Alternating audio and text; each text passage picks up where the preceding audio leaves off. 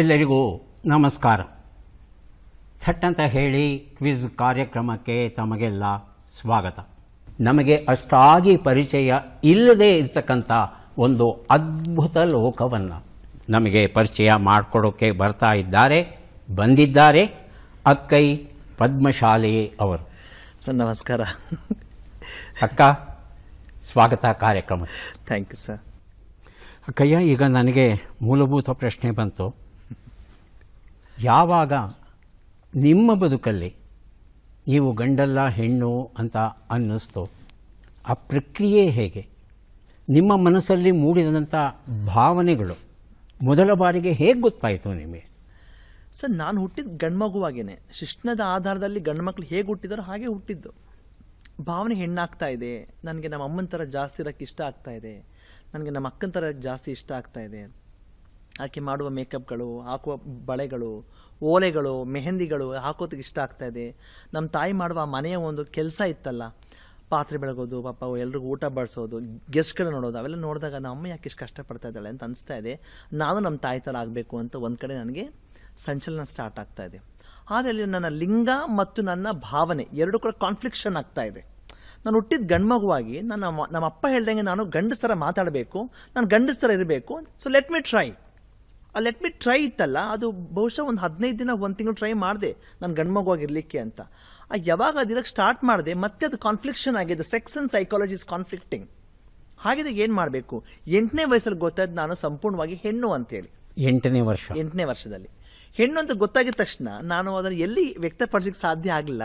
ಆದರೆ ಮನೆಯಲ್ಲಿ ಯಾರು ಇಲ್ದಿರುವಂಥ ವಾತಾವರಣದಲ್ಲಿ ಸೀರೆ ಉಟ್ಕೊಳ್ಳೋದು, ಬಳೆ ಉಟ್ಕೊಳ್ಳೋದು, ಮೇಕಪ್ ಮಾಡ್ಕೊಳ್ಳೋದು, ಟವಲ್ನ ಜಡೆಯಾಗಿ ಮಾಡ್ಕೊಳ್ಳೋದು, ಈ ರೀತಿಯಾದಂಥ ಒಂದು ಅಭಿವ್ಯಕ್ತತೆಯನ್ನು ಮಾಡ್ತಾ ಹೋಗ್ಬೇಕಾದ್ರೆ ಸೂಕ್ಷ್ಮವಾಗಿ ನನ್ನ ಫ್ಯಾಮಿಲಿ ಗಮನಿಸ್ತಾ ಇದ್ರು. ಅವ್ರಿಗೆ ಸ್ವಲ್ಪ ಕೂಡ ಇಷ್ಟ ಆಗಲಿಲ್ಲ. ಅವರು ನನಗೆ ಬೈತಾರೆ, ಹಿಂಗೆಲ್ಲ ಮಾಡಬೇಡ, ನಮಗೆ ಆಚೆ ಮಾನ ಹೊರಟೋಗುತ್ತೆ, ಮರ್ಯಾದೆ ಹೊರಟೋಗುತ್ತೆ. ಆಯಿತು ಅಂತ ನಾನು ಇದನ್ನು ಮಾಡ್ತೀನಿ. ಬಟ್ ಅಲ್ಲಿಂದ 16ನೇ ವಯಸ್ಸು ತನಕ ಈ ಒಂದು ಸಂದಿಗ್ಧ ಪರಿಸ್ಥಿತಿ ಬಂತಲ್ಲ. 12ನೇ ವಯಸ್ಸು 13ನೇ ವಯಸ್ಸಲ್ಲಿ ನಾನು 12ನೇ ವಯಸ್ಸು ಫಸ್ಟ್ ಟೈಮ್ ನಾನು ಸಾಯಬೇಕು ಅಂತ ತೀರ್ಮಾನ ಮಾಡ್ತೀನಿ. ಸಾಯಕ್ಕೆ ಹೋದವಳು. ಯಾಕೆ ಆ ಥರ ತೀರ್ಮಾನ ತೊಗೊಂಡ್ರಿ? ನನಗೆ ನನ್ನ ಗಂಡಲ್ಲ, ನಾನು ಹೆಣ್ಣು ಅಂತ. ಅದು ಹೆಣ್ಣು ಅಂತಂದ್ರೆ ಯಾರು ಎಕ್ಸೆಪ್ಟ್ ಮಾಡ್ತಾ ಇದ್ದಾರೆ? ಯಾರು ಎಕ್ಸೆಪ್ಟ್ ಮಾಡ್ತಾ ಇಲ್ಲ.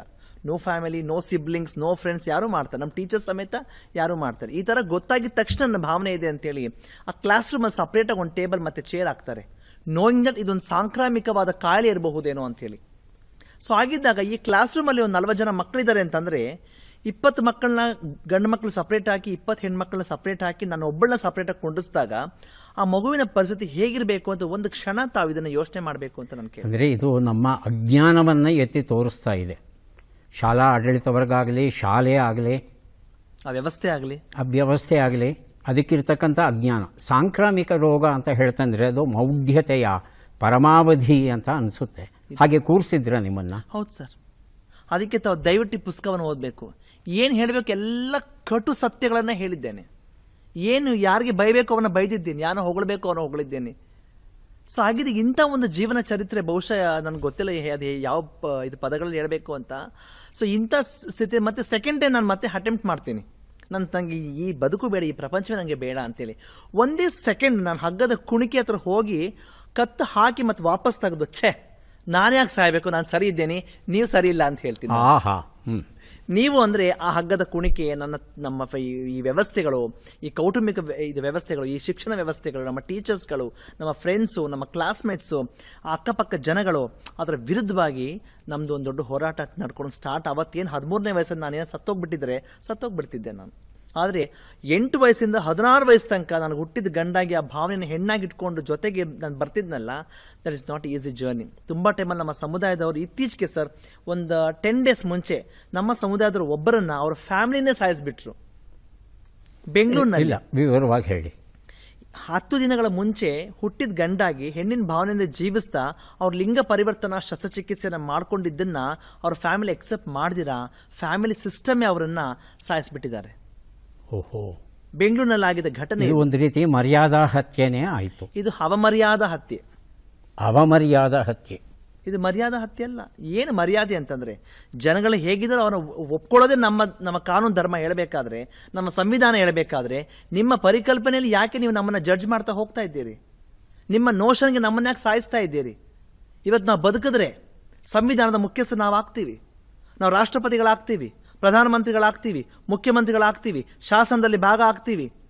ಶಿಕ್ಷಣ ನಮಗೆ ಬೇಕೇ ಬೇಕಾಗಿದೆ, ಅದಕ್ಕೆ ಸಂಬಂಧಪಟ್ಟಂಥ ಪಾಲಿಸಿಗಳು ಬೇಕೇ ಬೇಕಾಗಿದೆ. ಸೊ ಇದ್ರ ಬಗ್ಗೆ ಮಾತಾಡಲಿಕ್ಕೆ ಯಾರಿದ್ದಾರೆ? ಯಾರಾದರೂ ಒಬ್ಬರಿದ್ದಾರೆ ನಂಗೆ ದಯವಿಟ್ಟು ತೋರಿಸ್ಬೇಕು. ನೀವು ಒಬ್ಬರು ಕೂಡ ಇದ್ರ ಬಗ್ಗೆ ಮಾತಾಡ್ತಿದ್ರೆ, ನಾವೇ ಒಂದು ಸಮುದಾಯ ಬಗ್ಗೆ ಮಾತಾಡ್ತಿದ್ದೀವಿ ಅಂತಂದರೆ ಇನ್ನು ಎಷ್ಟು ವರ್ಷ ಮಾತಾಡಬೇಕು ನನಗಂತೂ ಗೊತ್ತಿಲ್ಲ.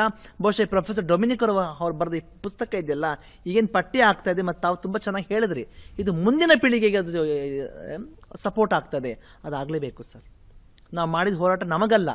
ನಾವು ಮೊನ್ನೆಷ್ಟು 78ನೇ ಸ್ವಾತಂತ್ರ್ಯ ದಿನೋತ್ಸವವನ್ನು ಆಚರಣೆ ಮಾಡಿದ್ದೇವೆ. ಪೂರ್ವಜರು ಬಿಟ್ಟಂಥ ಈ ಒಂದು ದೊಡ್ಡ ಹೋರಾಟ ಮಾಡಿದ್ದೇವೆ ಅಂತ ನಾವೆಲ್ಲರೂ ಕೂತ್ಕೊಂಡು ಅನುಭವಿಸ್ತಾ ಇದ್ದೇವೆ. ಹಾಗೆ ನಮ್ಮ ಜೀವ ಹೋದ್ರೂ ಚಿಂತೆ ಇಲ್ಲ. ನಮ್ಮ ಯುವ ಪೀಳಿಗೆ ಯಾರು ಬರ್ತಾರಲ್ಲ, ಆ ಸಮುದಾಯಗಳಿಗೆ ಈ ಸಮಾಜ ಆ ತಾರತಮ್ಯ, ಆ ಸಾಮಾಜಿಕ ಬಹಿಷ್ಕಾರವನ್ನು ಮಾಡಬಾರ್ದು ಅನ್ನೋದು ಈ ಮೂಲಕ ನಾನು ಕೇಳ್ಕೊಳ್ತಾ ಇದ್ದೇನೆ. ಮತ್ತು ಆತ್ಮಹತ್ಯೆಯ ನಂತರದ ಹೆಜ್ಜೆಗಳೇನು? 16 ವಯಸ್ಸು ಆಯ್ತು ನನಗೆ. 16 ವಯಸ್ಸು ಆದಮೇಲೆ ನನಗೆ ಅನಿಸಿದ್ದೇನಂತಂದರೆ, ಇಲ್ಲ, ನಾನು ಭಿಕ್ಷಾಟನೆ ಆಗಬೇಕಾಯಿತು, ಲೈಂಗಿಕ ವೃತ್ತಿಯಲ್ಲಿ ಭಾಗ ಆಗಬೇಕಾಯಿತು. 4 ವರ್ಷಗಳ ಕಾಲ ನಾನು ಪ್ಯಾಂಟ್ ಶರ್ಟಲ್ಲೇ ಇದ್ದು ಹೆಣ್ಣಿನ ಭಾವನೆಯೊಂದಿಗೆ ಜೀವಿಸ್ತಾ ಇದ್ದೆ. ಕಬ್ಬನ್ ಪಾರ್ಕ್ನಲ್ಲಿ, ಕಬ್ಬನ್ ಪಾರ್ಕ್ ಪೊಲೀಸ್ ಸ್ಟೇಷನ್ಗಳಲ್ಲಿ ನನ್ನ ಮೇಲೆ ಹಲವಾರು ಕೇಸ್ಗಳಿದ್ವು. Theft case, extortion case, robbery case, ಹಾಗೆಲ್ಲ ಹಾಕಿ ನಮ್ಮ ಇಡೀ ಒಂದು ಸಮುದಾಯದ ಮೇಲೆ ನಮ್ಮನ್ನು ತೊಗೊಂಡೋಗೋದು ಸ್ಟೇಷನ್ಗೆ. ನಾವು ಸ್ವಲ್ಪ ಕೂದಲು ಬಿಟ್ಟಿದ್ವಿ. ನಾವು ಆ ಟೈಮಲ್ಲಿ ಕೂದಲುಗಳನ್ನ ಕಟ್ ಮಾಡೋದು, ಸ್ಟೇಷನ್ಗೆ ಇದು ಕರ್ಕೊಂಡೋಗಿ ಈ ಗಂಡಸಿರ್ತದೆ ಆ ಸ್ಟೇಷನ್ ಸೆಲ್ನಲ್ಲಿ, ಆ ಜೊತೆ ನಮ್ಮನ್ನು ಹಾಕೋದು, ಅಲ್ಲಿ ಬಂದು ಲೈಂಗಿಕ ಹಿಂಸೆಗಳಾಗೋದು, ಅಲ್ಲಿ ದೌರ್ಜನ್ಯಗಳಾಗೋದು, ಯಾರ ಬಗ್ಗೆಯೂ ಹೇಳೋಕ್ಕೆ ಸಾಧ್ಯ ಆಗ್ತಾ ಇರಲಿಲ್ಲ. ಜೈಲ್ಗೆಲ್ಲ ಹಾಕ್ತಾ ಇದ್ರು ನಮ್ಮನ್ನು. ಯಾವುದೇ ರೀತಿಯಾದ ಪೇಪರ್ ಡಾಕ್ಯುಮೆಂಟೇಷನ್ ನಮಗೆ ತೋರಿಸ್ತಾ ಇರಲಿಲ್ಲ. ಬಿಕಾಸ್ ನನ್ನ ಹೆಸರು ಜಗದೀಶ್ ಅಂತ ಇದ್ದಾಗ ನನ್ನ ಸೆಕ್ಸ್ ವರ್ಕಿನ ಹೆಸರು ಬಂದು ಅಷ್ಟೈಶ್ವರ್ಯ ಅಕ್ಕಯ್ಯಮ್ಮ ಅಂತ. ಹಾಗೆ ಅಮ್ಮ ತಾಯಿ ಇದ್ಲು, ಶಾಂಭವಿ ಇದ್ಲು, ವೈಷ್ಣವಿ ಇದ್ಲು, ಕಾಗೆಪ್ರಿಯ ಇದ್ಲು, ಅನೇಕ ನಾವೆಲ್ಲರೂ ಜೊತೆಗೆ ಸೇರ್ಕೊಂಡು ಮಾಡಿದಂಥ ಈ ಒಂದು ಸಂದಿಗ್ಧ ಪರಿಸ್ಥಿತಿ ಎಲ್ಲವಾಗ ನೋಡು, there is no social dignity. ಸಾಮಾಜಿಕ ಘನತೆಯೇ ಇಲ್ಲ ಅಂತಂದರೆ ನಮ್ಮ ಬದುಕಿನ ಯಾರಿಗೋಸ್ಕರ ಇರಬೇಕು? ಎಲ್ರಿಗೂ ನಮಗೆ ಏನು ಒಂದು ಕನ್ಸರ್ನ್ ಅಂತಂದರೆ, ನಾವು ದುಡಿಬೇಕು, ನಾವು ತಿನ್ನಬೇಕು, ನಾವು ಭಿಕ್ಷೆ ಕೇಳಬೇಕು, ನಾವು ಊಟ ಮಾಡಬೇಕು, ನಾವು ಸೆಕ್ಸ್ ವರ್ಕ್ ಮಾಡಬೇಕು, ನಾವು ಊಟ ಮಾಡಬೇಕು. ಸೊ ಈ ಇಡೀ ವ್ಯವಸ್ಥೆನಲ್ಲಿ ನಮ್ಮ ಸಿಸ್ಟಮ್ ಹೇಗಿದೆ ಅಂದರೆ, ಬೆಳಗ್ಗೆ ಆಯಿತಾ, ಓಕೆ ಸ್ಟಾರ್ಟ್ ಮಾಡಿ ಕೆಲಸ, ರಾತ್ರಿ ಆಯಿತಾ, ತುಂಬ ಜನಕ್ಕೆ ಅದು ಗೊತ್ತಿಲ್ಲ. ನಮ್ಮ ಬದುಕು ಶುರುವಾಗೋದೇ ಸಾಯಂಕಾಲ 7 ಗಂಟೆ ಮೇಲೆ. ಬಿಕಾಸ್ ಲೈಂಗಿಕ ವೃತ್ತಿ ಸ್ಟಾರ್ಟ್ ಆಗೋದೇ ಸಾಯಂಕಾಲ 6 ಗಂಟೆ 7 ಗಂಟೆ ಮೇಲೆ ಆದರೆ ನಮಗೆ ಅದು ನಿಜವಾದ ಸೂರ್ಯೋದಯ ಅಂತ ಹೇಳೋಕ್ಕೆ ಇಷ್ಟಪಡ್ತೀನಿ.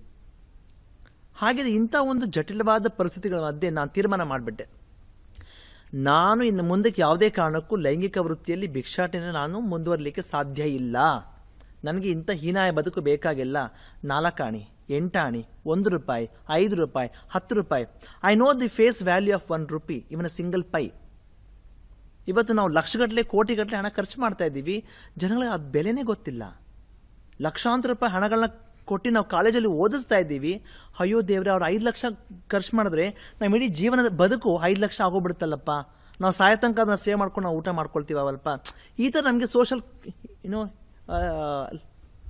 ಒಂದು ಕನ್ಸರ್ನಿಂಗ್ ಇದೆ. ಸೊ ಇಂಥ ಒಂದು ಪರಿಸ್ಥಿತಿಗಳ ಮಧ್ಯೆ ನಾನು ಸೆಕ್ಸ್ ವರ್ಕನ್ನು ಬೆಗ್ಗಿಂಗ್ನ ಬಿಡಲೇಬೇಕು ಅಂತ ತೀರ್ಮಾನ ಮಾಡಿ 1999 2000 ಇಸ್ವಿನಲ್ಲಿ ನಾನು ರಾಜ್ಯಾದ್ಯಂತ ಒಂದು ಸ್ವಸ್ತಿ ಅಂತ ಸಂಘಟನೆ ಇತ್ತು. ಆ ಸ್ವಸ್ತಿ ಸಂಘಟನೆ ಮೂಲಕ ನಮ್ಮ ಸಮುದಾಯದ ಪರಿಸ್ಥಿತಿ ಯಾವ ಥರ ಇದೆ ಅಂತೇಳಿ, ಸಾಮಾಜಿಕ ಪರಿಸ್ಥಿತಿ ಮತ್ತು ಶೈಕ್ಷಣಿಕ ಇದು ವ್ಯವಸ್ಥೆ ಯಾವ ಥರ ಇದೆ ಅಂಥೇಳಿ ಒಂದು ರಿಸರ್ಚ್ ಮಾಡಲಿಕ್ಕೆ ಹೋಗಿದ್ದಾಗ ನನಗೆ ಗೊತ್ತಾಯಿತು, ನಮ್ಮ ಜೋಗಪ್ಪಗಳ ಬಗ್ಗೆ ಹೇಳ್ತಾ ಇದ್ರಿ. ಉತ್ತರ ಕರ್ನಾಟಕದಲ್ಲಿ ಅನೇಕ ಜೋಗಪ್ಪ ಸಮುದಾಯದ ನಮ್ಮ ಸಮುದಾಯದವರು ಅವರು ಒಂದು ಹಸಿ ಮೆಣಸಿನಕಾಯಿಗೆ, ಬ್ಯಾಡಗೆ ಮೆಣಸಿನಕಾಯಿಗೆ, ರೊಟ್ಟಿಗೆ, ಚಟ್ನಿ ಪುಡಿಗೆ ಎಲ್ಲರೂ ಜನ ಭಿಕ್ಷೆ ಕೇಳಿ ತಿನ್ನೋದು ನನಗೆ ತುಂಬ ಕಷ್ಟವಾದ ಪರಿಸ್ಥಿತಿ ಅಂತ ಅನಿಸ್ತು. ಬಿಕಾಸ್ ನಮಗೂ ಇಲ್ಲ ಅದೇ ಬದುಕು. ಈ ಬೆಂಗಳೂರಿನಲ್ಲಿ 20 ವರ್ಷ 25 ವರ್ಷ ಮುಂಚೆ ನಾನು ಮಾತಾಡ್ತಾ ಇದ್ದೇನೆ. ಆವತ್ತು ನಮಗೆ ಡಿಗ್ನಿಟಿನೇ ಇರಲಿಲ್ಲ. ಒಂದು ಬಸ್ ಸ್ಟ್ಯಾಂಡಲ್ಲಿ ನಮಗೆ ವ್ಯವಸ್ಥೆ ಇರ್ತಾ ಇರಲಿಲ್ಲ, ಆರೋಗ್ಯದಲ್ಲಿ ಒಂದು ವ್ಯವಸ್ಥೆ ಇರ್ತಾ ಇರಲಿಲ್ಲ. ಎಲ್ಲವೂ ನೋಡ್ತಿರ್ಬೇಕಾದ್ರೆ ನನಗೆ ತುಂಬ ಕಾನ್ಫ್ಲಿಕ್ಷನ್ ಮತ್ತು ಫೈಟ್ ಮಾಡಲಿಕ್ಕೆ ಸ್ಟಾರ್ಟ್ ಮಾಡಬೇಕು ಅಂತ ಅನಿಸಿದ್ದು ಅವತ್ತಿನ ಆ್ಯಕ್ಚುಲಾಗಿ. So sex ವರ್ಕನ್ನು ಬಿಟ್ಟಿದ್ದಾಯಿತು, ಬೆಗ್ಗಿಂಗನ್ನು ಬಿಟ್ಟಿದ್ದಾಯಿತು.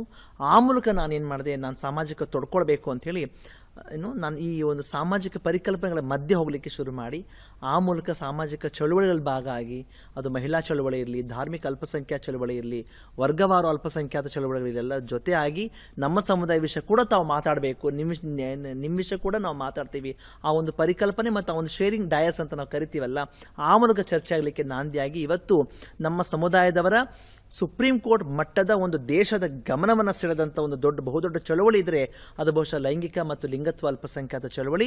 ಆ ಚಳುವಳಿಗಳ ಆಧಾರದಲ್ಲಿ ನಾವೇನು ನೋಡ್ತಾ ಇದ್ದೀವಿ ಅಂತಾರೆ, 3-4 ಪುಸ್ತಕಗಳು ಇದಕ್ಕೆ ಇನ್ನೊಂದು 10 ಇದು ಏನು ಲೈಕ್ ಕೃತಿಗಳು ನಮ್ಮ ಸಮುದಾಯಕ್ಕೆ ಸಂಬಂಧಪಟ್ಟಂಗೆ ಬಂದಿದ್ದಾವೆ. ಈ ಪುಸ್ತಕ ತಾವೆಲ್ಲರೂ ಓದಲೇಬೇಕು. ನೀವು ಏನು ಓದ್ತಿರೋ ಬಿಡ್ತಿರೋ ಗೊತ್ತಿಲ್ಲ, ನೀವು ಇಂಜಿನಿಯರ್ ಆಗ್ತಿರೋ ಡಾಕ್ಟರ್ ಆಗ್ತಿರೋ ಗೊತ್ತಿಲ್ಲ, ಈ ಪುಸ್ತಕಗಳನ್ನು ಓದಿ ತಾವು ಒಂದಷ್ಟು ಸಾಮಾಜಿಕವಾಗಿ ನಾಲೆಜ್ನ ಬಿಲ್ಡ್ ಮಾಡಬೇಕು ಅಂತ ಕೇಳ್ಕೊಳ್ತೀನಿ. ಅಕ್ಕಯ್ಯ, ಯಾವುದಾದ್ರೂ ಒಂದು ಭಾಗ ಓದ್ತೀರಾ?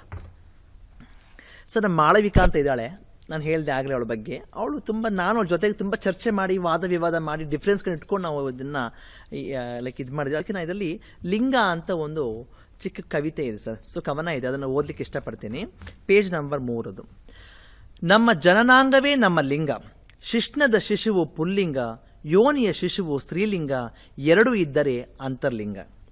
ಗಂಡು ಪ್ರಥಮ ಲಿಂಗ, ಹೆಣ್ಣು ದ್ವಿತೀಯ ಲಿಂಗ, ಲಿಂಗತ್ವ ಮತ್ತು ಲೈಂಗಿಕ ಅಲ್ಪಸಂಖ್ಯಾತರು ತೃತೀಯ ಲಿಂಗ ಎಂದು ಪ್ರಮಾಣಿಸಿದವರ್ಯಾರು? ಜಾತಿ, ಧರ್ಮ, ವರ್ಗ, ಭಾಷೆ, ಬಣ್ಣ ಮತ್ತು ಲಿಂಗದ ಆಧಾರದ ತಾರತಮ್ಯಕ್ಕೆ ತರವಿಲ್ಲದ ನಮ್ಮ ದೇಶದಲ್ಲಿ ಇದೆಂಥ ಪ್ರಥಮ, ದ್ವಿತೀಯ ಮತ್ತು ತೃತೀಯ ಸ್ಥಾನಗಳ ನಿರ್ಧರಣೆ? ಅದೇನು ಆ ನಪುಂಸಕಲಿಂಗ?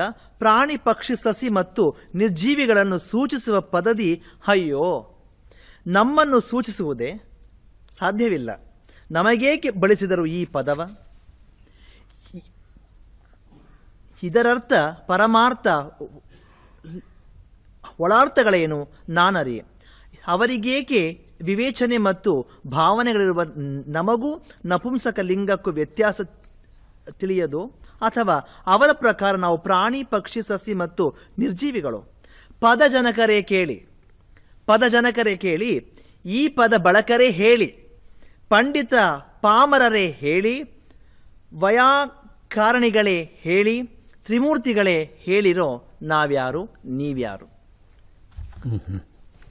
ಸವಾಲಿನ ಪ್ರಶ್ನೆ. ಅಕ್ಕಯ್ಯ, ಒಂದು ಮೂಲಭೂತ ಮಾಹಿತಿ ಬೇಕು. ಈ ದೇಶದ ಪ್ರಜೆಯಾಗಿ ಹುಟ್ಟಿದ ಮೇಲೆ ನಮಗೆ ಕೆಲವು ಹಕ್ಕುಗಳು ದೊರೆಯುತ್ತೆ. ಆದರೆ ಅಂತಹ ಹಕ್ಕುಗಳು ನಮಗೆ ಸಿಗ್ತಾ ಇಲ್ಲ ಅನ್ನೋದನ್ನು ಸ್ಪಷ್ಟವಾಗಿ ಹೇಳಿದರೆ, ಶಾಲೆಯಲ್ಲಿ ಪ್ರತ್ಯೇಕವಾಗಿ ನಮ್ಮನ್ನು ಕೂರಿಸ್ತಾ ಇದ್ದರು ಅಂತ. ಆದರೆ ನೀವು ವಾಹನ ಚಲಾವಣಾ ಪರವಾನಗಿ, ಡ್ರೈವಿಂಗ್ ಲೈಸೆನ್ಸನ್ನು ಮೊದಲ ಬಾರಿಗೆ ಪಡೆದರಂತೆ. ಇದೊಂದು ದಾಖಲೆ ಅಂತ ಅನಿಸುತ್ತೆ. ಹೇಗೆ ಪಡೆದ್ರಿ ಅದು? ಸರ್, ನಾನು ಸಂಪೂರ್ಣವಾಗಿ ಲಿಂಗ ಪರಿವರ್ತನಾ ಶಸ್ತ್ರಚಿಕಿತ್ಸೆ 25,000 ರೂಪಾಯಿಗಳನ್ನು ಕೂಡಿಟ್ಟು ದೇಹವನ್ನು ಪರಿವರ್ತನೆ ಮಾಡ್ಕೊಳ್ಳೋ ದೊಡ್ಡ ವಿಷಯ, ನಮ್ಗೆ ತುಂಬ ದೊಡ್ಡ ವಿಷಯ. 5,000 ತುಂಬ ದೊಡ್ಡ ವಿಷಯ ನಮ್ಮ ಹಣ ಆಗಿತ್ತು ಆವಾಗ. ಈಗ 2012 ಬಗ್ಗೆ ಮಾತಾಡ್ತಾ ಇದ್ದೇನೆ. ಆಗ 2012ರಲ್ಲಿ ನಾನು ಸಂಪೂರ್ಣವಾಗಿ ಹೆಣ್ಣಾಗಿ ಪರಿವರ್ತನೆ ಆಗಿ ನಿಮ್ಯಾನ್ಸ್ ಮೂಲಕ ನನಗೆ ಒಂದು ಸೈಕಾಲಜಿಕಲ್ ಥೆರಪಿಗಳು ನಡೆಸಿ ಎಂಡೋಕ್ರಿನಾಲಜಿಯನ್ನು MS ರಾಮಾಯಣದಲ್ಲಿ ಮಾಡಿ ಅಲ್ಲಿ ಲಿಂಗ ಪರಿವರ್ತನಾ ಶಸ್ತ್ರಚಿಕಿತ್ಸೆ ಮುಗಿಸ್ಕೊಂಡ್ಮೇಲೆ ನಾನು ಹೆಣ್ಣು ಅಂತ ಹೇಳಿದೆ. ಡಾಕ್ಟ್ರು, ಹೇಗಮ್ಮ ಸಾಧ್ಯ ಆಗುತ್ತೆ? ಸರ್, ನನಗೀಗ ಶಿಶ್ನ ಇಲ್ಲ, ನನಗೆ ಈಗ ತಾವು ಯೋನಿಯನ್ನು ನಿರ್ಮಾಣ ಮಾಡಿದ್ದೀರಿ, ನಾನು ಹೆಣ್ಣಾಗಿದ್ದೀನಿ ಅಂತ. ಆಯ್ತಮ್ಮ, ನೀನು ಹೆಣ್ಣೆ ಅಂತ ತುಂಬ ರೆಸ್ಪೆಕ್ಟ್ಫುಲ್ಲಾಗಿ ಡಾಕ್ಟರ್ HK ನಾಗರಾಜ್ ಅವರು ಅದನ್ನು ಮಾಡಿ ಮುಗಿಸ್ತಾರೆ. ಯೂರಾಲಜಿಸ್ಟ್ ಅಲ್ವಾ? ಹೌದೌದು, ಒಳ್ಳೆ ಮನುಷ್ಯರು. ಅವರು ಹೇಳ್ತಾ ಆದಮೇಲೆ ಸರಿ ಅಂತ ನಾನು ಹೆಣ್ಣಾದ್ಮೇಲೆ ನನಗೆಲ್ಲ ಸರ್ಟಿಫಿಕೇಟ್ಸ್ ಹೆಣ್ಣಾಗೇ ಬೇಕಲ್ವಾ ಸರ್? ಹೌದಮ್ಮ, ಬೇಕಮ್ಮ, ಖಂಡಿತವಾಗ್ಲೂ ಬೇಕು. So started to challenge with the system that's existing in the country. ನಾವು ಅದಕ್ಕಿಂತ ಮುಂಚೆ ಒಂದು ಪಾಸ್ಪೋರ್ಟ್ ಎಕ್ಸಾಂಪಲ್ ಕೊಡ್ತೀನಿ. ನಾನು ಇನ್ನೂ ಆಪ್ರೇಷನ್ ಆಗಿರಲಿಲ್ಲ, ಆಪ್ರೇಷನ್ ಪ್ರಕ್ರಿಯೆ ಆಗ್ತಾ ಇತ್ತು. ಅದು ನನಗೆ ಶಾರ್ಟ್ ಹೇರ್ ಇತ್ತು, ಟೈಟ್ ಜೀನ್ಸ್ ಮತ್ತು ಟೈಟ್ ಟಿ ಶರ್ಟ್ ಹಾಕೊಂಡು ಪಾಸ್ಪೋರ್ಟ್ ಆಫೀಸ್ಗೆ ಹೋಗಿದ್ದಾಗ ಅವ್ರು ನಂಗೆ ಹೇಳ್ತಾರೆ, madam, you don't look like a boy, you don't look like a girl, why don't you tick the box called others ಅಂತ ಹೇಳಿದ್ರು. ನೀವು ಗಂಡಾಗೋ ಕಾಣ್ತಿಲ್ಲ, ಹೆಣ್ಣಾಗೋ ಕಾಣ್ತಿಲ್ಲ, ನಿಮಗೆ ಶಾರ್ಟ್ ಹೇರ್ ಇದೆ, ನಿಮ್ಮ ಧ್ವನಿ ಬಂದು ಡಿಫ್ರೆನ್ಸ್ ಆಗೇ ಇದೆ, ನೀವು ಯಾಕೆ ಇದು ಬೇರೆ ಬಾಕ್ಸ್ ಟಿಕ್ ಮಾಡಬಾರ್ದು? ನಾ ಹೇಳಿದೆ, ತುಂಬ ಥ್ಯಾಂಕ್ಸ್ ನಿಮ್ಮ ಸಜೆಷನ್ಗೆ, ನನ್ನನ್ನು ಏನು ಬೇಕು ಅಂತ ನಾನು ತೀರ್ಮಾನಿಸ್ತೀನಿ, ನೀವು ನನ್ನ ಬಗ್ಗೆ ತೀರ್ಮಾನ ಮಾಡಬೇಡಿ. ನಾರ್ಮಲಾಗಿ 40 ಡೇಸ್ ಒಳಗಡೆ ಬರುವ ಒಂದು ಪಾಸ್ಪೋರ್ಟ್ ಇತ್ತಲ್ಲ, ಅದು ನನಗೆ 92 ದಿನಗಳ ಕಾಲ ತೆಗೆದುಕೊಂಡು ಅವತ್ತು ನಾನು ವಿಶ್ವಸಂಸ್ಥೆಯನ್ನು ಉದ್ದೇಶಿಸಿ ಮಾತನಾಡಬೇಕಾಗಿತ್ತು ನಮ್ಮ ಸಮುದಾಯಕ್ಕೆ ಸಂಬಂಧಪಟ್ಟಂಗೆ. Because of this delayed of passport ಅದು ಸಂಬಂಧಪಟ್ಟಂಗೆ ಹೋಗ್ಲಿಕ್ಕೆ ಸಾಧ್ಯ ಆಗಲಿಲ್ಲ. ಫೈನಲ್ ಆಗಿ ಆ ಪಾಸ್ಪೋರ್ಟ್ ನನಗೆ ಮಹಿಳೆಯಾಗೇ ನನಗೆ ಸಿಕ್ಕಿತ್ತು. ಸೊ ಅಲ್ಲಿಂದ ಶುರುವಾದ ದೊಡ್ಡ ಹೋರಾಟ ಇದೆಯಲ್ಲ, ತುಂಬ ಸುಮ್ಮನೆವಾದ ಹೋರಾಟ ಅಲ್ಲ. ಬಟ್ ನನಗಿನ್ನ ಮುಂಚೆ ತುಂಬ ಜನ ಪಾಸ್ಪೋರ್ಟ್ಗಳು ಮತ್ತು ಡ್ರೈವಿಂಗ್ ಲೈಸೆನ್ಸ್ ಎಲ್ಲ ಮಾಡಿಸ್ಕೊಂಡಿದ್ದಾರೆ, ಹೆಣ್ಣಾಗೆ ಮಾಡಿಸ್ಕೊಂಡಿದ್ದಾರೆ.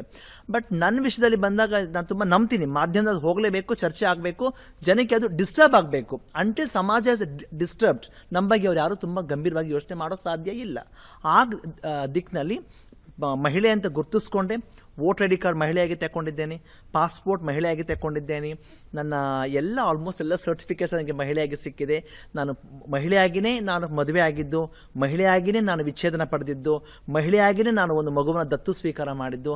ಆ ಮಗುವಿನ ಹೆಸರೇ ಅವಿನ್ ಅಕ್ಕೈ ಪದ್ಮಶಾಲಿ. ಅಕ್ಕೈ, ಇನ್ನೊಂದು, ಮದುವೆ ಮಾಡಿಕೊಂಡೇ ಮದುವೆ ವಿಚ್ಛೇದನ ಆಯಿತು ಎಲ್ಲ ಹೇಳಿದ್ರಿ, ನಿಮ್ಮ ಮದುವೆ ನೋಂದಾವಣಿ ಆಗಿದೆಯಂತಲ್ಲ, ರಿಜಿಸ್ಟ್ರೇಷನ್ ಆಗಿದೆಯಂತಲ್ಲ, ಇದು ಹೇಗೆ ಸಾಧ್ಯವಾಯಿತು? ಅದರ ಪ್ರಕ್ರಿಯೆ ಹೇಗಿತ್ತು? ಸರ್, ಅದಕ್ಕೆ ನಾನು ನಮ್ಮ ಕರ್ನಾಟಕದ ಈ ಸರ್ಕಾರದ ವ್ಯವಸ್ಥೆಗೆ ಧನ್ಯವಾದ ಹೇಳ್ತೀನಿ ಸರ್. ಎಸ್ಪೆಷಲಿ 2018ರಲ್ಲಿ ನಾನು ರಿಜಿಸ್ಟರ್ ಮ್ಯಾರೇಜ್ ಮಾಡಿಕೊಂಡೆ. ತುಂಬ ಕಷ್ಟವಾದ ಪ್ರಕ್ರಿಯೆ ಅಂತ ಅನಿಸ್ತು, ಆದರೆ ಆಫೀಸರ್ಸ್ ತುಂಬ ಒಳ್ಳೆ ಜನ, ನಮ್ಮ ಬಗ್ಗೆ ಅರ್ಥ ಮಾಡ್ಕೊಂಡಿದ್ದ ಜನ, ಆ ವ್ಯವಸ್ಥೆ ಎಷ್ಟು ಎಕ್ಸೆಪ್ಟು, ಎಷ್ಟು ರೆಸ್ಪೆಕ್ಟು, ಎಷ್ಟು ಲವ್ ಇತ್ತು, ಎಷ್ಟು ಅಫೆಕ್ಷನ್ ಇತ್ತು. ಆ ಮೂಲಕ ರಿಜಿಸ್ಟರ್ ಮಾಡಿ ಹೇಳಿದೆ ನಾನು ಮದುವೆ ಆಗಿದ್ದೀನಿ, ಅದು ರಿಜಿಸ್ಟರ್ ಮದುವೆನೇ ಆಗಿದ್ದೀನಿ ನೋಡಿ ನಾನು ಮಾಡಿದೆ. ನಂಗೆ ಹೇಳಿದ ಸುಮಾರು 8ರಿಂದ 10 ನಮ್ಮ ಸಮುದಾಯದ ಮುಂದೆ ಬಂದು ಮದುವೆಯನ್ನು ಮಾಡ್ಕೊಂಡು ಎಲ್ಲರೂ ಕೂಡ ರಿಜಿಸ್ಟರ್ ಮಾಡ್ತಾ ಹೋಗ್ತಾಯಿದ್ರು. It's such a big positive move ಆ್ಯಕ್ಚುಲಾಗಿ. ಅದೇ ರೀತಿ ನಾನು ವಿಚ್ಛೇದನ ಪಡ್ಕೊಳ್ಬೇಕಾದ್ರೆ ಕೂಡ ಅದೇ ತುಂಬ ಕ್ಲಿಯರ್ ಆಗಿದ್ದಿದ್ದು. ಈ ದೌರ್ಜನ್ಯಗಳು, ಹಿಂಸೆಗಳ ಬಗ್ಗೆ ಆಚೆ ದೊಡ್ಡ ಹೋರಾಟ ಮಾಡ್ತಾ ಇದ್ದೀವಿ. ನನ್ನ ವೈಯಕ್ತಿಕ ಬದುಕಲ್ಲೇ ಅಂಥ ಹಿಂಸೆ ದೌರ್ಜನ್ಯ ಫೇಸ್ ಮಾಡಬೇಕಾದ ಪರಿಸ್ಥಿತಿ ಬಂದಿದೆಯಾ? ನಾನು ಈಗಾಗ ಸಾಕಾಗಿದೆ ನಮಗೆ ಹೋರಾಟ ಮಾಡಿ, ಚಳುವಳಿ ಮಾಡಿ, ಸಂಘಟನೆ ಮಾಡಿ, ಎಷ್ಟು ಸಾಮಾಜಿಕವಾಗಿ ಶೋಷಣೆಯನ್ನು ಫೇಸ್ ಮಾಡ್ತಾ ಇದ್ದೀವಿ. ಈ ಬದುಕು ನನ್ನ ವೈವಾಹಿಕ ಜೀವನದಲ್ಲಿ ಕೂಡ ಬಂದಿದೆ ಅನ್ನೋ ಅಂತ ಹೇಳಿದ ಮೇಲೆ ಅದಕ್ಕೂ ನಾನು ವಾಪಸ್ ಫೈಟ್ ಮಾಡಬೇಕಾಗತ್ತೆ ಅಂತೇಳಿ ಜಗಳ ಮಾಡಲಿಕ್ಕೆ, ಫೈಟ್ ಮಾಡಲಿಕ್ಕೆ, ಹೋರಾಟ ಮಾಡಲಿಕ್ಕೆ ಸಾಧ್ಯ ಇಲ್ಲ. Because personal is political. ಸಾಮಾಜಿಕ ಬದುಕೇ ನನ್ನ ವೈಯಕ್ತಿಕ ಬದುಕಾಗಿರಬೇಕಾದ್ರೆ, ವೈಯಕ್ತಿಕ ಬದುಕೇ ಸಾಮಾಜಿಕ ಬದುಕಾಗಿರಬೇಕಾದ್ರೆ ನನಗೆ ಸಮಯ ಇಲ್ಲ. ಸೊ ನಮ್ಮನ್ನು ನೋಡಿ ತುಂಬ ಜನ ನಮ್ಮ ಮೇಲೆ ಡಿಪೆಂಡೆನ್ಸ್ ಇದ್ದಾರೆ. ಹಾಗಿದ್ದಾಗ ನನಗೆ ಸಮುದಾಯ ಮುಖ್ಯವೋ ನಿಮಗೆ ವೈವಾಹಿಕ ಜೀವನ ಮುಖ್ಯ ಅಂತ ಕೇಳಿದ್ರೆ ನನಗೆ ನನ್ನ ಸಮುದಾಯವೇ ಮುಖ್ಯ ಅಂತ ನಾನು ಹೇಳ್ತೇನೆ. ಬಿಕಾಸ್ ನನ್ನ ಸಮುದಾಯದಿಂದ ಇಷ್ಟು ಮಟ್ಟಿಗೆ ನಾನು ಬರಲಿಕ್ಕೆ ಸಾಧ್ಯ ಆಗಿದೆ. ನಮ್ಮ ಗುರುಗಳು, ನಮ್ಮ ಅಕ್ಕ ತಂಗಿದರೆಲ್ಲ ನಮ್ಮ ಬೆಳೆಸೋದಕ್ಕೆ ಸಾಧ್ಯ ಆಗಿದೆ. ಸೊ ಇಂಥ ಪರಿಸ್ಥಿತಿನಲ್ಲಿ ನನಗೆ ಸಮುದಾಯ ಮುಖ್ಯ ಅಂತೇಳಿ ನನ್ನ ವಿಚ್ಛೇದನಕ್ಕೆ ನಾನು ಸಮ್ಮತಿ ಕೊಟ್ಟು, ಗೌರವಾನ್ವಿತ ನಮ್ಮ ಕೌಟುಂಬಿಕ ನ್ಯಾಯಾಲಯ ಇದೆಯಲ್ಲ ನಮ್ಮ ನ್ಯಾಯ ದೇಗುಲದಲ್ಲಿ ನನಗೆ ಒಳ್ಳೆ ತೀರ್ಮಾನವನ್ನು ಕೊಟ್ಟು ಮಗುವನ್ನು ನನಗೆ ನನ್ನ ಸುಪರ್ದಿಗೆಗೆ ಹಾಕಿ ಇವತ್ತು ನಾನು ಒಂದು ಒಂಟಿ ಮಹಿಳೆ, ಲೈಂಗಿಕ ಅಲ್ಪಸಂಖ್ಯಾತ ಮಹಿಳೆ, ಒಬ್ಬ ಕರಿಯ ಮಹಿಳೆ, ಆ ಮಗುವಿಗೆ ತಾಯಿಯ ಮಹಿಳೆ, ಸಮಾಜಕ್ಕೆ ಬೇಕಾದವಳು ಅನ್ನೋಂಥ ತುಂಬ ಘನತೆ ಮತ್ತು ಹೆಮ್ಮೆಯಿಂದ ನಾನು ಈ ಮೂಲಕ ಹೇಳ್ಕೊಳ್ಳೋಕೆ ಇಷ್ಟವನ್ನು ಪಡ್ತೀನಿ ಸರ್. ಈಗ ಒಂದು ಮಗುವನ್ನು ದತ್ತು ತಗೊಂಡಿದ್ದೇನೆ ಅಂತ ಹೇಳಿದ್ರಿ, ಆ ಮಗುವನ್ನು ಸಮಾಜ ಸ್ವೀಕರಿಸಿದೆಯಾ ಅಥವಾ ಮಗು ಏನಾದರೂ ದೈಹಿಕವಾಗಿ ಮಾನಸಿಕವಾಗಿ ವೇದನೆಗಳನ್ನು ಅನುಭವಿಸ್ತಾ ಇದೆಯಾ? ಸರ್, ಪಾಪು ನನ್ನ ಜೀವನದಲ್ಲಿ ಬಂದಾಗ ಬರೀ 1 ತಿಂಗಳು. ಇವತ್ತು ಆ ಪಾಪುಗೆ 5 ವರ್ಷ. ಆ ಮಗುವಿಗೆ ತುಂಬ ಜನ ಕೇಳಿದ್ರು, ಅಕ್ಕಯ್ಯಮ್ಮ ನಿನ್ನ ಮಗುವಿಗೆ ಏನು ಗಂಡು ಮಗುನ ಹೆಣ್ಣು ಮಗುನ ಹೇಳೆ ಅಂತ. ನಾನು ಹೇಳಿದೆ, ನನಗೆ ತುಂಬ ಜನ ನಾನು ಹುಟ್ಟಿದಾಗ ನಮ್ಮ ಅಪ್ಪ ಅಮ್ಮಂಗೆ ಆ ಪ್ರಶ್ನೆ ಕೇಳ್ತಾ ಇದ್ರಂತೆ, ನಿನ್ಗೇನು ಮಗು ಹುಡ್ತು, ಗಂಡು ಮಗು ಹುಡ್ತು ಹೆಣ್ಣು ಮಗು? ನಮ್ಮ ಅಪ್ಪ ತುಂಬ ಹೆಮ್ಮೆಯಿಂದ ಹೇಳ್ತಾರೆ ನನಗೆ ಗಂಡು ಮಗು ಹುಡ್ತು ಅಂತ ಹೇಳಿ. ಆದರೆ ಆ ತಪ್ಪನ್ನು ನಾನು ಮಾಡುವ ತಾಯಿ ಆಗಬಾರ್ದು ಅಂತ ಹೇಳ್ತೀನಿ. ಯಾಕೆ ಅಂತ ಕೇಳಿದ್ರೆ, ಮಗುವನ್ನು ನಾವು ಮಗುವಾಗಿರಲಿಕ್ಕೆ ಬಿಡಬೇಕು.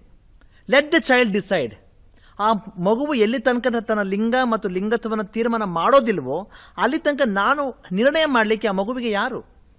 ಸೋಕಾಲ್ಡ್ ಸಾಮಾಜಿಕ ಕಟ್ಟುಪಾಡಲ್ಲಿ ತಾಯಿ ಆಗಿರಬಹುದು, ಆದರೆ ಆ ಮಗುವಿಗೆ ನಾನೊಂದು ಒಳ್ಳೆಯ ಪ್ಲ್ಯಾಟ್ಫಾರ್ಮನ್ನು ಕ್ರಿಯೇಟ್ ಮಾಡುವಂಥ ಒಂದು ವ್ಯಕ್ತಿ ಆಗಲಿಕ್ಕೆ ಇಷ್ಟವನ್ನು ಪಡ್ತೀನಿ ಸರ್. ಸೊ ಅದಕ್ಕೆ ನಾನು ಹೇಳ್ತೀನಿ, ಆ ಮಗುವೇ ತನ್ನ ಲಿಂಗ ಮತ್ತು ಲಿಂಗತ್ವ ತೀರ್ಮಾನ ಮಾಡಿ, ಅಮ್ಮ ನನಗೆ ಈ ಥರ ಅಂತ ಅನಿಸ್ತಾ ಇದೆ, ಅಮ್ಮ ನಾನು ಈ ಥರ ಗುರುತಿಸ್ಕೊಳ್ತೀನಿ ಅಂತಂದರೆ ಅದನ್ನು ಒಪ್ಪುವ ತಾಯಿ ಆಗಲಿಕ್ಕೆ ನಾನು ಇಷ್ಟವನ್ನು ಪಡ್ತೇನೆ. ಈಗ ಒಂದು ಸೂಕ್ಷ್ಮ ಪ್ರಶ್ನೆ, 8ನೇ ವರ್ಷಕ್ಕೆ ಮನಸ್ಸು ಸಂಪೂರ್ಣ ಭಿನ್ನವಾಗಿ ತನ್ನ ಲಕ್ಷಣಗಳನ್ನು ತೋರಿಸ್ತು ಅಂತ ಹೇಳಿದ್ರಿ. ಆ ಒಂದು ಸಂದರ್ಭದಲ್ಲಿ ನೀವು ಈ ನಿರ್ನಾಳ ಗ್ರಂಥಿ ತಜ್ಞರು ಅಥವಾ ಎಂಡೋಕ್ರೈನಾಲಜಿಸ್ಟ್ ಅಂತ ಇರ್ತಾರೆ, ಅವರನ್ನು ಭೇಟಿಯಾಗಿ ಈ ರೀತಿ ಆಗ್ತಾ ಇದೆ, ಇದರ ಹಿನ್ನೆಲೆಯಲ್ಲಿ ಹಾರ್ಮೋನುಗಳ ಪ್ರಭಾವ ಇದೆ, ಹಾಗಾಗಿ ಹಾರ್ಮೋನುಗಳ ಪ್ರಮಾಣವನ್ನು ಬದಲಿಸುವಂಥ ಚಿಕಿತ್ಸೆ ಏನಾದರೂ ಕೊಡಲಿಕ್ಕೆ ಸಾಧ್ಯವಾ? ಕೊಟ್ಟಿದ್ದಿದ್ರೆ ನೀವು ಭಿನ್ನವಾಗಿ ಬದುಕಲಿಕ್ಕೆ ಸಾಧ್ಯವಾಗ್ತಾ ಇತ್ತಾ? ಈ ಬಗ್ಗೆ ಏನಾದರೂ ಮಾಹಿತಿ ಇದೆಯಾ? ಸರ್, ಆ್ಯಕ್ಚುಲಾಗಿ ನನಗೆ ಈ ಥರ ಭಾವನೆಯಲ್ಲಿ ವ್ಯಕ್ತಪಡಿಸಿರ್ಬೇಕಾದ್ರೆ ತುಂಬ ಟೈಮ್ ನಮ್ಮ ಫ್ಯಾಮಿಲಿಯವರು ನನ್ನನ್ನು ನಿಮ್ಹಾನ್ಸ್ ಹಾಸ್ಪಿಟ್ಲಿಗೆ ಮತ್ತು ಈ ಕಾಯಿ ಪಾಪಣ್ಣ ಅಂಗಡಿ ಅಂತ ಇದೆ ಕಾಟನ್ಪೇಟೆನಲ್ಲಿ, ಅಲ್ಲಿ ಕರ್ಕೊಂಡೋಗಿ ನನಗೆ ತುಂಬ ಹಿಂಸೆಗಳನ್ನ ಮಾಡಲಿಕ್ಕೆ ಶುರು ಮಾಡಿದ್ರು. ಶಾಕ್ ಟ್ರೀಟ್ಮೆಂಟ್ನ ಮಾಡಲಿಕ್ಕೆ ಶುರು ಮಾಡಿದ್ರು ನಿಮ್ಹಾನ್ಸ್ ಹಾಸ್ಪಿಟ್ಲಲ್ಲಿ. 28-29 ವರ್ಷದ ಬಗ್ಗೆ ನಾನು ಮಾತನಾಡ್ತಾ ಇದ್ದೇನೆ. ಕೊಟ್ಟಾಗ ನನಗೆ ಗೊತ್ತಿಲ್ಲ, ಅವ್ರ ಬಟ್ಟೆ ಎಲ್ಲ ಬಿಚ್ಚು ಅಂತ. ನಾನು ಬಟ್ಟೆ ಬಿಚ್ಚಿದ್ದೀನಿ, ಅವ್ರು ಒಂದು ವೈರ್ ತೊಗೊಳ್ತಾರೆ, ಇಲ್ಲಿರ್ತಾರೆ, ಇನ್ನೊಂದು ವೈರ್ ತೊಗೊಳ್ತಾರೆ, ಪ್ರೈವೇಟ್ ಪಾರ್ಟ್ಲಿರ್ತಾರೆ. ಯಾಕೆ ನನಗೆ ಇಷ್ಟು ಹಿಂಸೆ ಮಾಡ್ತಾರೆ? ತಪ್ಪಿಸ್ಕೊಂಡು ನಾನು ಓಡಿ ಬಂದಿದ್ದಾಯಿತು. ನಿಮ್ಯಾನ್ಸ್ ಹಾಸ್ಪಿಟ್ಲಿಂದ ಇಲ್ಲಿಗೆ ಬೆಂಗಳೂರು ನಮ್ಮ ಇದು ಮೈಸೂರು ಟೋಲ್ಗೇಟ್ಗೆ ತಪ್ಪಿಸ್ಕೊಂಬರ್ಲಿಕ್ಕೆ ಸಾಧ್ಯ ಆಯಿತು. ಅದಾಗಿ ಸ್ವಲ್ಪ ದಿನದಲ್ಲಿ ಕಾಯಿ ಪಾಪ ನಿಂಗೆ ದೆವ್ವ ಮತ್ತು ಭೂತ ಇದೆ ಕರ್ಕೊಂಡು ಹೋಗ್ಬೇಕು ಲೈಕ್ ಮತ್ತೆ ಮೌಢ್ಯ. ನನ್ನ ಮಗನೇ ಅವನು ಹುಡುಗಿ ಅಲ್ಲ, ಅವನು ಹೆಣ್ಣಲ್ಲ, ಅವನು ಹೆಣ್ಗ ಅಲ್ಲ, ಅವನು ಸಂಘ ಅಲ್ಲ ಅಂತ ಈ ಒಂದು ಲೈಕ್ ನೋಷನ್ ಇದೆಯಲ್ವಾ. ಕರ್ಕೊಂಡು ಅವರು ಇದು ಬೇವಿನ ಎಲೆನಲ್ಲಿ ನಾನು ಹೊಡಿತಾ ಇದ್ದಾರೆ, ನಿಂಬೆಣ್ಣು ಮಂತ್ರ ಮಾಡ್ತಾ ಇದ್ದಾರೆ, ಕುಂಕುಮ ಆಗ್ತಾ ಇದ್ದಾರೆ, ಅರ್ಶಿನ ಆಗ್ತಾ ಇದ್ದಾರೆ. ಇದೆಂಥ ಒಂದು ಅವೈಜ್ಞಾನಿಕವಾದ ಪರಿಸ್ಥಿತಿ ಇತ್ತು ಅಂಥೇಳಿ. ಅದಕ್ಕೆ ಐ ಟೋಲ್ಡ್, ನನಗೆ ನಮ್ಮಲ್ಲಿ 2 ಥರದ ನಿರ್ವಹಣೆ ಆಗ್ತದೆ, ಆಪರೇಷನ್ ಆಗ್ತದೆ. ಒಂದು, ನಮ್ಮ ಸಮುದಾಯದ ಹಿರಿಯರೇ ಸೇರಿ ನಡೆಸುವಂಥ ಒಂದು ದಾಯಮ್ಮ ನಿರ್ವಹಣ, ಅದು ಕರ್ನಾಟಕದ ನಾವು ಬ್ಯಾನ್ ಮಾಡಿದ್ದೀವಿ, 2016-17 ಇಸ್ವಿಯಲ್ಲಿ ಬ್ಯಾನ್ ಮಾಡಿದ್ದೀವಿ. ಇನ್ನೊಂದು ವೈಜ್ಞಾನಿಕವಾಗಿರೋ ದೊಡ್ಡ ಪ್ರಕ್ರಿಯೆ ಅದು. ಆ್ಯಕ್ಚುಲಿ ಆ ವೈಜ್ಞಾನಿಕ ಪ್ರಕ್ರಿಯೆಯನ್ನೇ ನಾನು ಫಾಲೋ ಮಾಡಬೇಕು ಅಂತೇಳಿ ಕರ್ನಾಟಕದಲ್ಲಿ ಮೊದಲನೇ ಬಾರಿಯಾಗಿ ಡಾಕ್ಟರ್ ಶೇಖರ್ ಶೇಷಾದ್ರಿ ಮತ್ತು ಡಾಕ್ಟರ್ ಸುರೇಶ್ ಬಾದಾಮಿ ನಿಮ್ಯಾನ್ಸಲ್ಲಿ ಅವ್ರ ಮೂಲಕ ಸೈಕಿಯಾಟ್ರಿಕ್ ಪ್ರೋಸೆಸ್ನ ಮುಗಿಸಿ ಡಾಕ್ಟರ್ ಪ್ರಮಿಳಾ ಕಲ್ರಾಫ್ MS ರಾಮಯ್ಯ ಡಿಪಾರ್ಟ್ಮೆಂಟ್ ದಿ ಎಂಡೋಕ್ರೈನಾಲಜಿನ ಮೂಲಕ ಹೋಗಿ ಹಾರ್ಮೋನ್ ಥೆರಪಿ ತೆಗೆದುಕೊಂಡು ಆಮೇಲೆ ನಾನು ಅಸೆಸ್ ಆದಮೇಲೆ ನೀವು ಆಪರೇಷನ್ ಮಾಡಿಸ್ಕೊಳ್ಬಹುದು. ಸೊ ತಾವು ಹೇಳ್ದಂಗೆ ಸರಿ ಮಾಡಬಹುದು ಅಂತ ಪ್ರಶ್ನೆ ಇದಿಲ್ಲ ಸರ್. ಅದಕ್ಕೆ ಸಂಬಂಧಪಟ್ಟಂಗೆ ಅಷ್ಟು ಸ್ಪಷ್ಟವಾದ ರಿಸರ್ಚ್ ನಮ್ಮ ಇಂಡಿಯಾದಲ್ಲಿ ನಡೆದಿಲ್ಲ. ಅದಕ್ಕೆ ಸಂಬಂಧಪಟ್ಟ ಸೈನ್ಸ್ಗೆ ತುಂಬ ಡೆವಲಪ್ ಆಗಬೇಕು ಅಂತ ನಾನು ಹೇಳ್ತೇನೆ. ಹೀಗೆ ನೀವು ಲಿಂಗ ಪರಿವರ್ತನಾ ಶಸ್ತ್ರಚಿಕಿತ್ಸೆಯನ್ನು ಮಾಡಿಸ್ಕೊಳ್ಳಿಕ್ಕೆ ಕಾನೂನಿನ ಅಡ್ಡಿ ಇದೆಯಾ? ಇಲ್ಲ. ಅದರ ಪ್ರಕ್ರಿಯೆ ಏನು? 2014ನೇ ಸುಪ್ರೀಂ ಕೋರ್ಟ್ನ ತೀರ್ಮಾನವು 2019-20 ಇಸ್ವಿಯ ಸಂಸತ್ತಲ್ಲಿ ಒಂದು ಟ್ರಾನ್ಸ್ಜೆಂಡರ್ ಪ್ರೊಟೆಕ್ಷನ್ ರೈಟ್ಸ್ ಆ್ಯಕ್ಟ್ ಅಂತ ಪಾಸ್ ಆಗ್ತದೆ. ಆ ಆ್ಯಕ್ಟ್ ಪ್ರಕಾರ ಸುಪ್ರೀಂ ಕೋರ್ಟ್ 2014 ಜಡ್ಜ್ಮೆಂಟ್ ಪ್ರಕಾರ ಕರ್ನಾಟಕ ರಾಜ್ಯ ಸರ್ಕಾರದ ಟ್ರಾನ್ಸ್ಜೆಂಡರ್ ನೀತಿಗೆ ಸಂಬಂಧಪಟ್ಟ 2017 ಇಸ್ವಿನಲ್ಲಿ ನಮ್ಮ ಮಾನ್ಯ ಮುಖ್ಯಮಂತ್ರಿ ಸಿದ್ದರಾಮಯ್ಯ ಸಾಹೇಬರು ಅದನ್ನು ಎಕ್ಸೆಪ್ಟ್ ಮಾಡಿದ್ದಾರೆ. ಈ ಮೂರನ್ನು ನಾವು ಹೋಲಿಸಿದಾಗ ಅದು ಸರ್ಕಾರವೇ ಸಪೋರ್ಟ್ ಮಾಡ್ತದೆ. ಸೆಕ್ಸ್ ರಿಅಸೈನ್ಮೆಂಟ್ ಸರ್ಜರಿ ಪ್ರಾಸೆಸ್ಸನ್ನು ಸರ್ಕಾರ ನಾವು ಮಾಡ್ತೀವಿ ಅಂತ ಹೇಳಿ ಗೌರ್ಮೆಂಟ್ ಸಿಸ್ಟಮಲ್ಲಿ ಒಂದು ಸಿಸ್ಟಮ್ ಆಗಬೇಕು ಅಂತ ಹೇಳ್ತದೆ. ಆದರೆ ಇಲ್ಲಿ ತನಕ ಅದು ಅನುಷ್ಠಾನ ಆಗಲಿಲ್ಲ. ಬಟ್ ನಮ್ಮ ಕರ್ನಾಟಕದಲ್ಲಿ ನಮ್ಮ ವಿಕ್ಟೋರಿಯಾ ಹಾಸ್ಪಿಟಲ್ ಈಗ ಆ ಪ್ರಕ್ರಿಯೆಯನ್ನು ಶುರು ಮಾಡಿದ್ದಾರೆ. MS ರಾಮಯ್ಯ ಅವರು ಆ ಪ್ರಕ್ರಿಯೆ ಶುರು ಮಾಡಿದ್ದಾರೆ. ಹಾಗಿದ್ರೆ ಇದನ್ನು ಒಂದು ಪ್ರಾಪರ್ ವ್ಯವಸ್ಥೆ ಬರಬೇಕು ಅನ್ನೋದು ನಮ್ಮ ಸರ್ಕಾರಕ್ಕೆ ಒಂದು ಮನವಿ ಇದೆ. So according to the law there is no such illegal thing. You can go for assessment.